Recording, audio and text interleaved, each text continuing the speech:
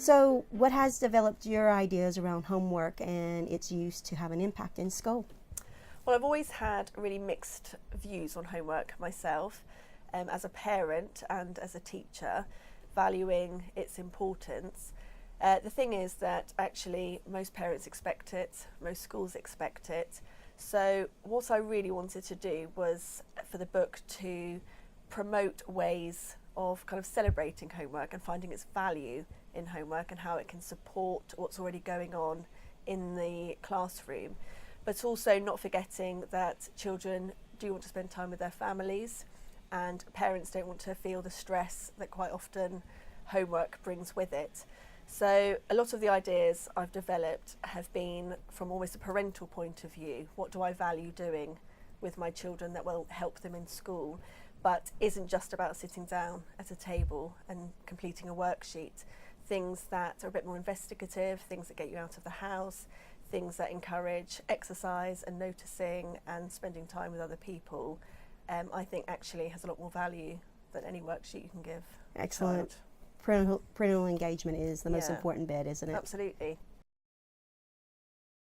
I think one of the interesting aspects you told me about is that you do coaching and mentoring of teachers. I think that's a very important thing. Can you tell me a bit about how that works for you in your school?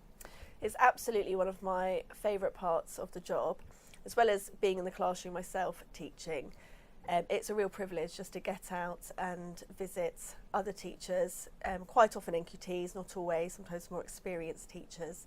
And my role has varied between observing and offering feedback that way, having a conversation afterwards, modelling teaching, inviting people to come and see me or working with them in their class in team teaching. So it's been really interesting and a role that I think I've got better at over time, and I've had to learn a lot on the job. Dealing with other adults is a lot different to dealing with the children you teach, and it's about developing that culture of trust and kind of wanting to grow as teachers rather than a judgmental role. It's not like that at all.